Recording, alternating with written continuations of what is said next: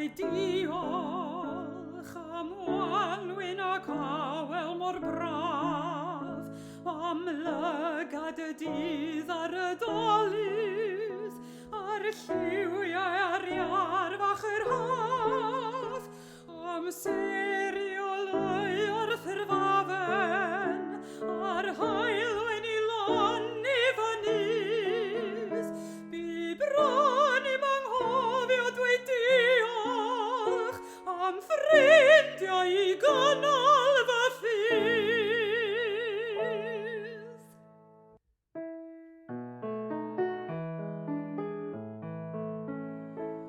Bu bron i'm anghofio dwi diolch mewn gaeaf a'i hen wyntoedd croes, am gysgod mewn stormydd mor erwin, a lloches yng nghysgod y groes, a phalfor ddynoliaeth yn drysu mewn rhafel casineb a brod.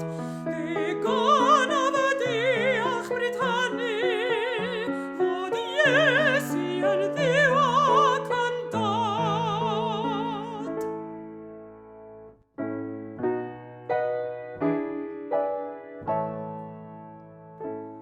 Bu bron i'm anghofio dwi diolch am gartref a ddeulu mor driw, am gwmni rhannu pryderon, pan deimlad a baich ar yr hiw.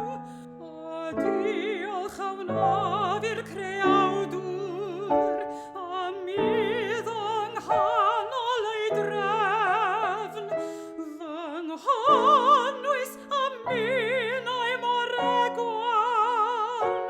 Diolch a drachau